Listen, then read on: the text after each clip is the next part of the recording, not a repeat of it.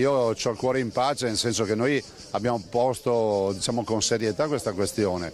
È una questione che però ci permette di dire che siamo l'unica regione d'Italia che non applica tasse e ad oggi questa regione non ha prelevato dalle tasche dei veneti almeno 16 miliardi di euro in 14 anni. Questi sono i dati veri.